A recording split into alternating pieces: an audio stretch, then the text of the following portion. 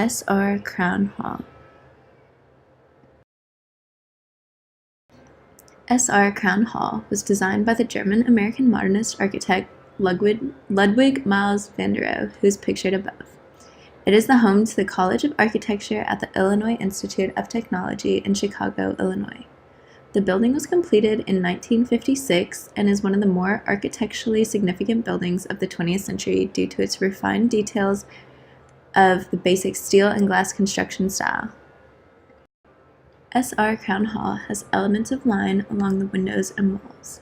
The constant use of the vertical lines draw the eyes upward to create movement and help create even spacing of the windows, providing a sense of harmony and balance. The windows allow natural light to fill the space while being supported by a few LED line lights in the ceiling. The dark steel and flooring provide a great contrast against the light windows and view out of them. In regards to scale, the interior ceiling is 18 feet above the finished floor. This allows the space to be very open and make the user seem small in the large space. The main materials of the Crown Hall building are poured from foundation. The interiors consist of terrazzo flooring, steel frames, glass, and acoustical ceilings. The two-level building is configured as a pure rectangular form, measuring 220 feet by 120 feet by 18 feet tall.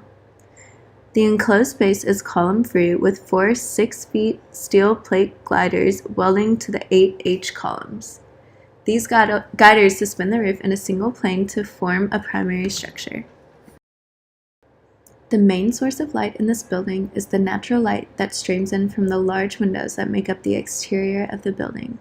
The lower 8 feet of glass encircle the steel frame is a glazed transparency meant to allow for few outside distractions, while the upper 10 feet is clear glass to allow more natural light into the space, as well as viewing the clouds and sky.